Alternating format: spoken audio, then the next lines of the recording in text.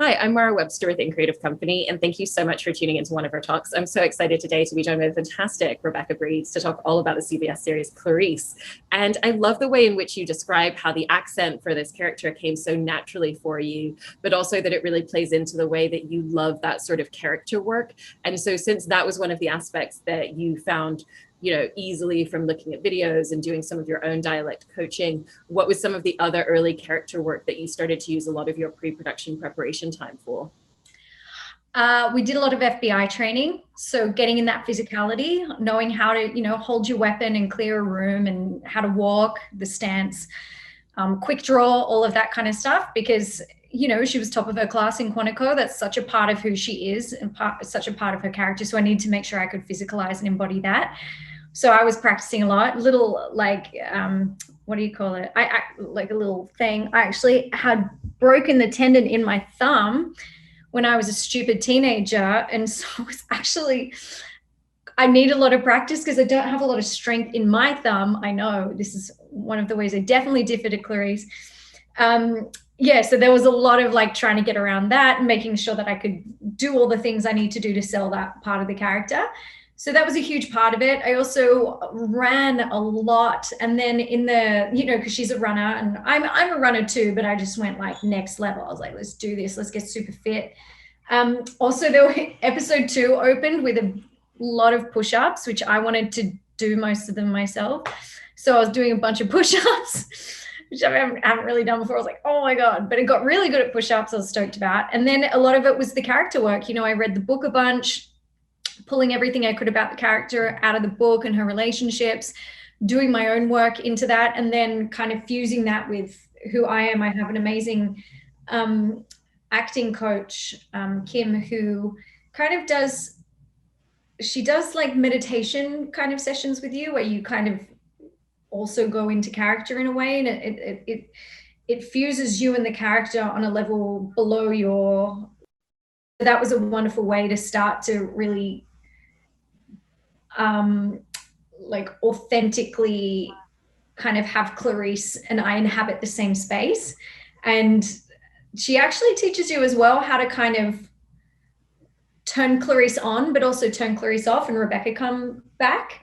And that's been a really handy tool because it sounds bizarre. If you're if you're an actor, you'd be like, oh yeah, I get it. If you might sound totally bonkers if you're not an actor, but it's been a really good tool because Clarice, we're dealing with a lot of external trauma because of her job and the nature of the show, but we're also dealing with a lot of her internal trauma from her history, from her upbringing, and from even her experiences in the field with Buffalo Bill, her interactions with Hannibal Lecter. So all of that can be very heavy some days. So to be able to go, okay, thank you, Clarice, go to sleep.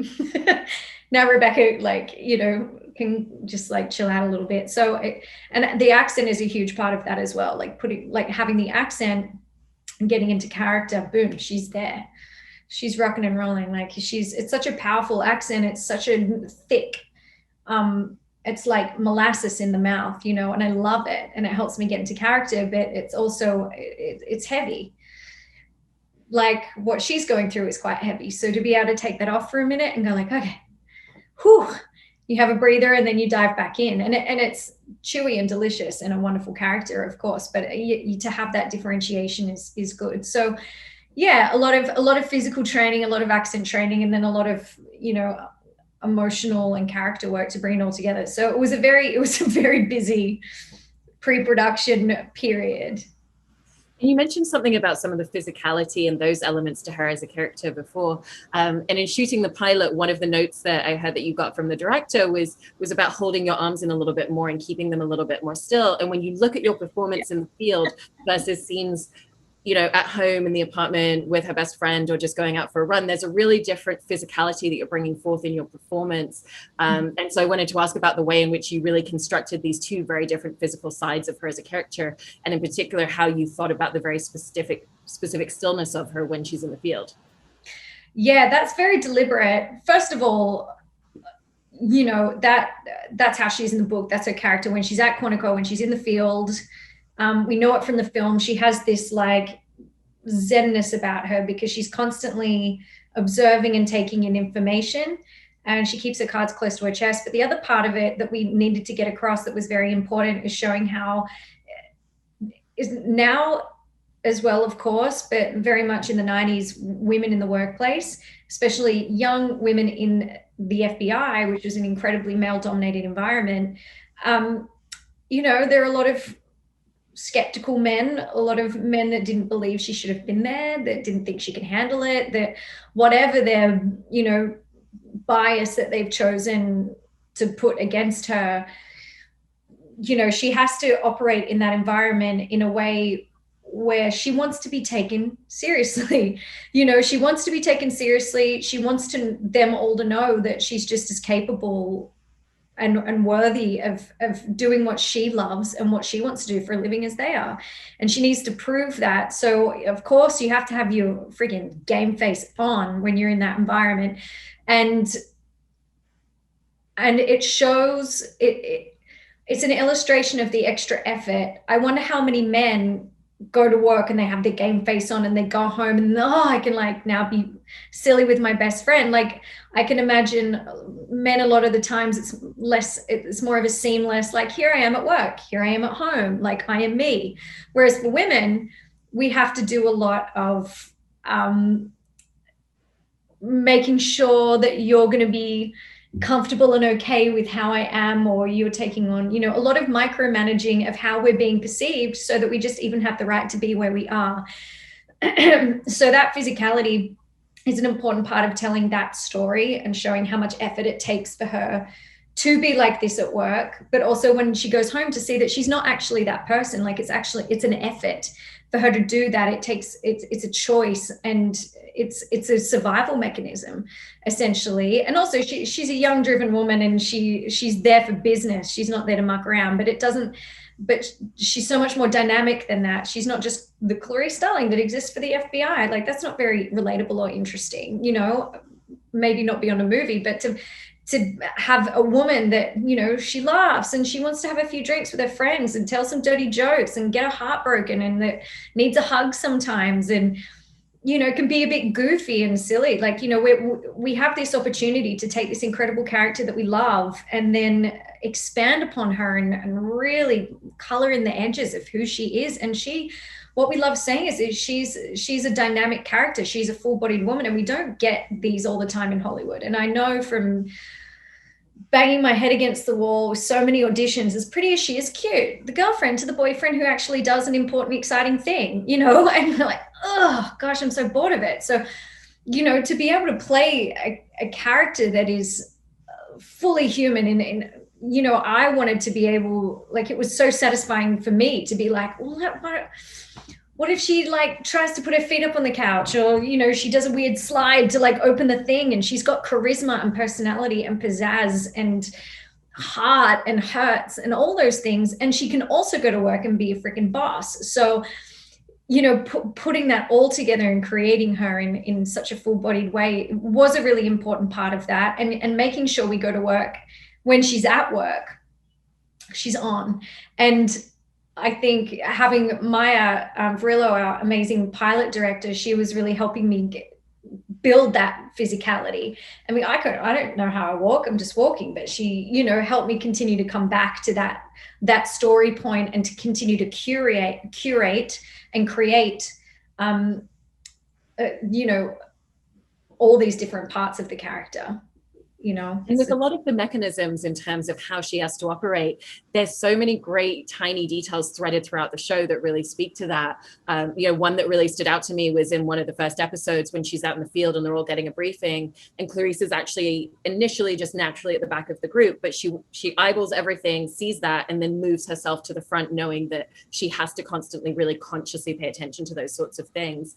And she has to fight. She has to constantly fight for her place there, and go, you know what, you guys might want me to be invisible and at the back of the group, but I'm going to take ground.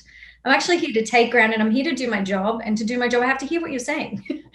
A lot of conversations about finding the moments like that where she is going to very proactively kind of take herself to the front of the room, so to speak. Yeah, she does that, because she's not there to play politics.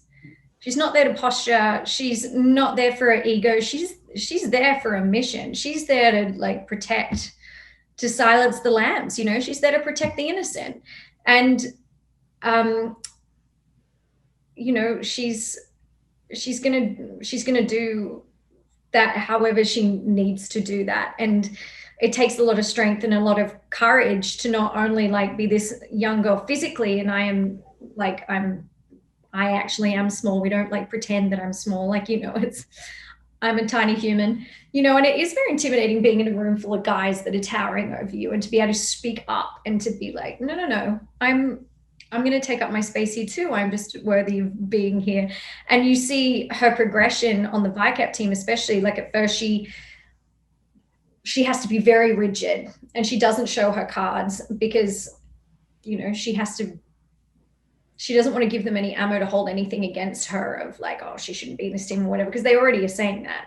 They're already saying that. So she's, you know, so she's on her game all the time. She's got her walls up. She's got her cards close to her chest. And as soon as we see her with Ardelia, we're like, oh, Clarice is this person as well. But as the show progresses and they go through their tensions, but then they, you know, inevitably kind of build trust, she feels safe enough to start to kind of, within the safety of the VICAP team, show herself a little bit more. I think we're seeing that now in episodes, I think 8 and 9 in particular. You feel this shift when they go into the basement and Krenler is like, you know, we're going our own road now. Like, don't tell the FBI, like we've got to be on this, you know, and it's like, wow, like we're a part of this unit now. And she really feels like she can maybe start to trust them a little bit. And, you know, she's putting the pizza in her mouth and maybe having a bit more personality. She's punching them, like, you know, so it's cool to start to, even though we see that discrepancy, those very separate selves at the top of the show, we also get to see how trust does build and how she can start to show her personality and be more dynamic and be more all of herself at work, which I think is important as well, to show that, yeah, well, you can, all of you is going to be can be helpful, can be powerful in this, you know. Yeah, so I'm really enjoying the unfoldment as well of the character and blending those two together. But, you know, outside of VICAP, it's still, you know, there's a lot of, yeah, she's certainly not ready to like trust everyone at the FBI yet. There's still a lot of discrimination and stuff. I have to be very careful what I say because there are spoilers coming up that I don't want to give away. So I'm going like, oh, what can I say? What can I say? But yeah, we see some pretty cool stuff coming up as well that she's still very much dealing with within the FBI as an institution. So. And you were touching a little bit earlier about the trauma, which is a huge, huge central theme of the show, and in particular with her as a character. And exactly as you said, there's the more recent trauma with everything with Buffalo Bill.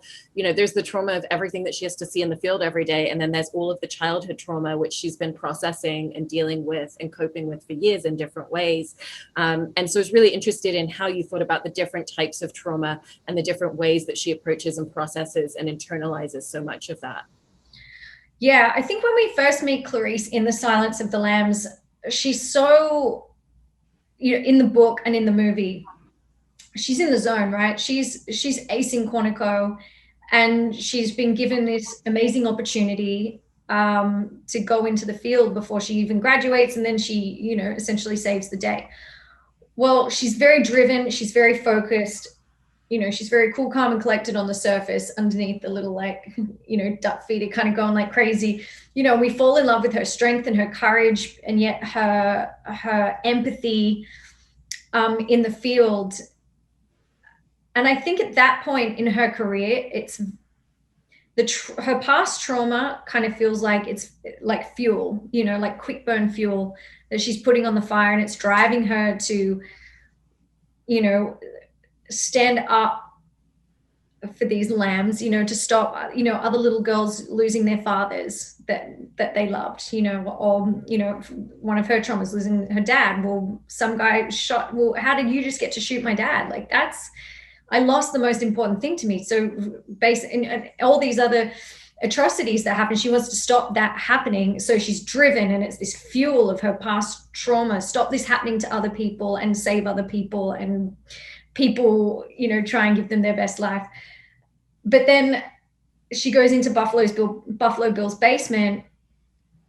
And while she's very courageous and strong, and she goes in there and she ends up kind of winning, or taking out the bad guy, good guy wins. At the same time,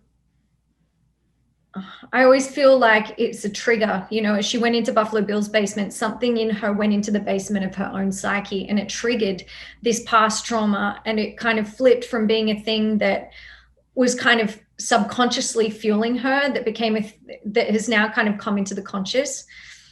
Being confronted with Catherine Martin, being confronted with that level of darkness, with what's she's really facing, what's out there in the world. Now she's had front row seats, and I think it struck something in her. And after the, you know, where we take off on the show, it's about 6 months to a year later. She's been, not only has her trauma been sparked, which she hasn't really been able to articulate, she doesn't quite understand yet. She's still in that like denial phase, but it's all bubbling, but it's been all happening in the public eye, you know, and the press and everyone are trying to get a piece of her. People at Quantico have an opinion about her. They feel showed up by her. Krenler, you know, people who are already at the FBI have an opinion about her now. And she, you know, she's having her trauma, but now in a very public sphere, and it's coming up. And so she can't acknowledge it, because first of all, she doesn't want anyone else to see it, because it's an incredibly personal and vulnerable thing. Second of all, she doesn't want it to undermine her career. And third of all, she's just not ready. She's not ready to acknowledge that it could actually be undermining her efficacy as an agent, because subconsciously, I think she's made the deal with the devil that she's allowed it to be her fuel, but it's not anymore. It's undermining her ability to be an agent and be good at what she does, because she's starting to freeze up. She's starting to have invasive memories. You know, it's becoming very much a hindrance in her job. And I mean, for better or for worse, the thing that finally makes her start to delve or open up to even just acknowledging her trauma is the fact that it's getting in the way of her job. You know, that it's not for her sake, it's for her job's sake, because she doesn't have a very high self-value. Her value is derived from helping save other people, from helping other people, you know. So that's where she goes, okay, I've got to start, you know, unfolding this a little bit. And I think we've seen it, I think it was episode 8. She starts to open up to Dr. Lee, where she finds a therapist that she's actually willing to talk to. And, you know, she goes, I want to do the work. You know, it takes her 8 episodes of more trauma and being traumatized in the field, you know, with Felker and everything that's going on, and within the FBI, the discrimination, and then her own stuff coming up, to finally go, okay, I'm going to do the work. And I think it's in that episode. Again, there's another spoiler. I can't remember what episode it's in. I don't want to give it away, but, you know, we very much get to go on this journey with her, which I think is very powerful, because we all have, you know, stuff we don't want to look at. We all have a basement that we all need to eventually walk into, because that stuff, while we think it fuels us, is actually undermining us. And to be clear, I'm excited for Clarice to see her clear that stuff, or at least learn how to start managing it in her life and moving into a level of healing. Well, how powerful might she be as an agent then, where she doesn't have this negative energy fueling her, but she can have a greater sense of clarity, and she can really then be effective in what she does. I'm excited to see that Clarice moving forward, because if we thought she was powerful already, if we thought she was effective and courageous already, well, what happens when you clear that trauma and that pain and that negative energy? Well, like, you know, the sky's the limit for her. And I'm really excited to see that for her. And whether it's the idea of trauma that she's really trying to suppress for herself, or, you know, all of the shifts that you were describing earlier for the patriarchal elements at work, I think something that you do really well in your performance is the fact that you're able to take this character who's hiding so many aspects of herself and really building a lot of walls, and, you know, which is a juxtaposition to you as an actor, where your job is to explore emotions and to display emotions. And you've really found a lot of internalized ways to explore that on screen differently. And so I was very curious about how you navigated that kind of minefield and challenge as an actor. Yeah, it's a delicate balance, because, you know, you think your job as an actor, normally it's like, oh, I need to convey how much this means to this actor, or that I can be emotional in this moment, or like, what if, maybe maybe a tear will come out, or maybe I'll get really angry. And you have to play against that all the time. I have to constantly be going, a normal character in the normal world, well, sure, she might have this big reaction, or be very candid, or be available to have this emotion. But Clarice is always working, first of all, the room and what's appropriate, and the external environment, but then she's got an internal environment of, she's playing games with herself. This is how intelligent she is. She tricks herself into things of like, I can't let myself be that vulnerable even with myself, because I can't admit that I may not be bulletproof, that I may not be as strong and courageous as I kind of think I am. I think a lot of her early career, she's just kind of dives off the cliff and goes, I can do it. And now, what if she can't? Well, she can't think like that, because she's already, the thing that she knows is how to dive off the cliff in courage.